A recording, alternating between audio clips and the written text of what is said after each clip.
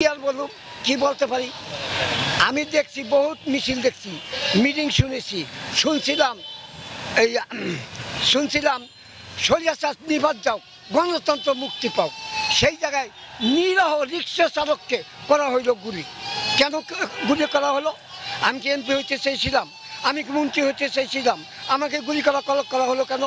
দেখতে দেখতে আসলো 24-এর আন্দোলন ওই শাহবাগে এই টিএসসি এই শহীদ মিনারে দেখলাম আন্দোলন কি কোঠা বা মেধা আমি শহীদ মিনারে আসলাম আইসা দেখলাম এইভাবে যদি মেধাবী ছাত্রছাত্রীকে এইভাবে গুলি করে মারা হয় তো সাংবাদিক কে হবে কাকা বলেন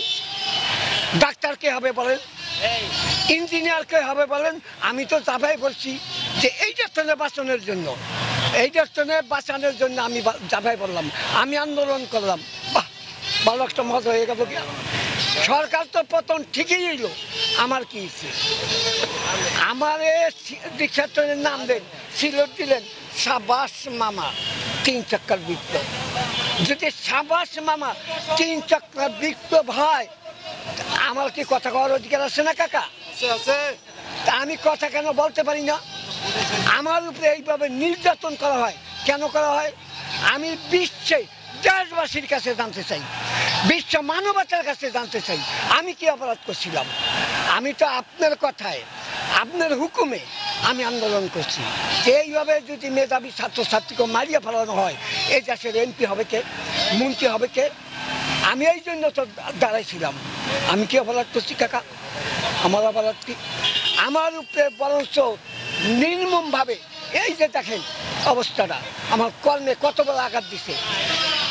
20 লক্ষ 8 মাসে 20 লক্ষ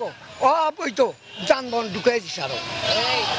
আরো 20 লক্ষ যানবাহন ঢুকাই দিছে এটা কি মানবতা কাকা এটাকে মানবতা বলে সরকার ঢুকাইছে কে ঢুকাইছে মানে সরকার ঢুকেছে এটা কি অবৈধ না কাকা যেই জায়গায় 20 লক্ষ অবৈধ যানবাহন ঢুকেছে এটা কি দুর্নীতি না কাকা বলেন আমি বিশ্বের কাছে আমার এই অনুরোধ রইল যে দেখেন আমাকে